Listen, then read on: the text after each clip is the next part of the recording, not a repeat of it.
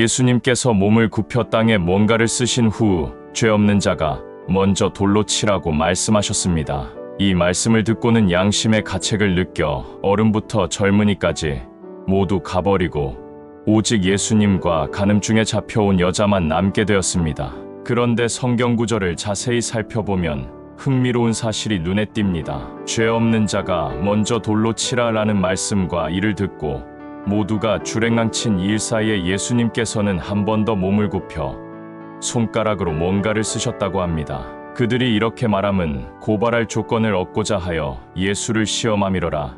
예수께서 몸을 굽히사 손가락으로 땅에 쓰시니 그들이 묻기를 맞이 아니하는지라.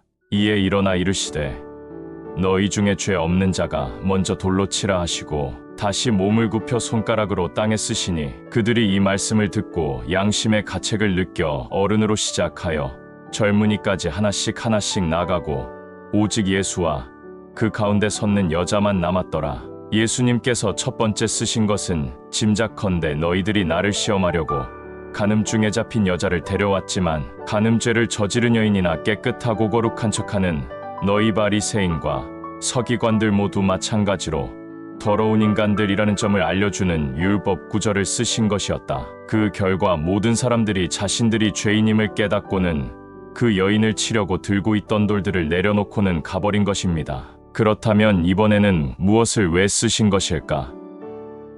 우리나라 법에는 9가지 처벌 종류가 있습니다. 사형, 무기징역부터 벌금형에 이르기까지. 하지만 율법에는 단 한 가지 처벌만이 있으니 바로 사형입니다. 무슨 죄든, 중하던 경하던, 의도적이건 미필적이건 처벌은 오직 사형입니다. 다시 말하면 죄가 많던 적던 또는 아주 적게 코딱지만큼만 있다 해도 그 죄의 대가는 무조건 지옥인 것입니다. 의기양양하고 분기탱천에 간음이라는 큰 죄를 저지른 여인을 현장에서 잡아온 율법주의자들, 그들이 예수님의 구 언약에 의거한 말씀 한마디에 놀라 걸음아 나 살려라 하며 도망가기도 전에 예수님께서는 다시 무언가를 쓰셨습니다. 예수님은 멋지게 한마디에서 상황을 반전시키는 개그맨이나 배우 같은 분이 아닙니다. 예수님은 물론 간음증에 잡혀온 불쌍한 여인에 대한 사랑도 많았겠지만 당연히 이 사건을 통해서도 더 많은 영혼을 얻고 싶어 하셨을 것입니다. 그래서 예수님께서 첫 번째 쓰신 글이 구 언약 즉 인간 모두는 죄인이다. 그리고 죄의 값은 사망이다였다면 두 번째 쓰신 글은 나만 믿으면 모든 더러운 인간들이 하나님의 자녀 즉 의인이 된다라는 새로운 약속 새 언약 즉 복음이었다고 생각합니다. 출애굽기 31장에는 옛 언약 즉 옛 계약서 얘기가 나옵니다. 모세가 시내산에서 받은 것입니다. 여호와께서 시내산 위에서 모세에게 이르시기를 마치신 때에 증거판 둘을 모세에게 주시니 이는 돌판이요 하나님이 친히 쓰신 것이더라. 구계약서는 돌판 2개로 되어 있는데 어떻게 쓰여진 것이었나요? 한글 성경에는 하나님이 친히 쓰신 것이라고만 되어 있으나 영어 성경으로 보니 더욱 명확하게 보입니다. 친히 손가락으로 쓰셨다고 말하고 있습니다.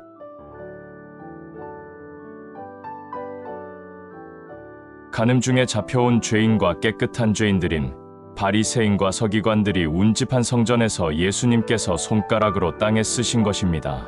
무시무시하기가 추상 같은 구계약서가 하나님의 손가락에 쓰여졌던 것과 마찬가지로 신계약서도 하나님이신 예수님이 손가락에 쓰여졌습니다. 우리를 살리는 이 신언약에 관한 이러한 놀라운 사실은 구약 안에서도 여러 차례에 걸쳐 분명하게 명시되어 있습니다. 내가 내 허물을 빽빽한 구름에 사라짐같이 내 죄를 안개에 사라짐같이 도말하였으니 너는 내게로 돌아오라. 내가 너를 구속하였음이니라. 여호와의 말씀이니라. 보라, 날이 이르리니 내가 이스라엘 집과 유다 집에 새 언약을 맺으리라. 예수님께서 옛 언약을 땅에 써 보이심으로 모든 사람이 예외 없이 죄인이라고 알려주신 것이 바로 복음의 첫 단계입니다. 죄 사함을 받기 위한 필요한 첫 번째 조건이 바로 자신이 죄인이라는 것을 확실하게 인식하는 것이기 때문입니다.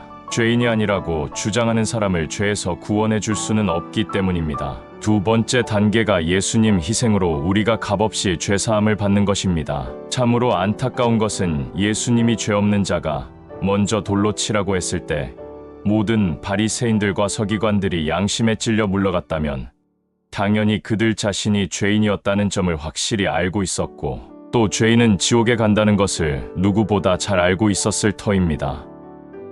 그렇다면 왜 그들 중 한 사람도 예수님께 어떻게 그 죄를 해결할 수 있습니까? 라고 묻지를 않았을까? 예수님이 다시 한번 땅에 무언가를 쓰시는 것에 어느 누구도 관심을 보이지 않고 가버렸을까요?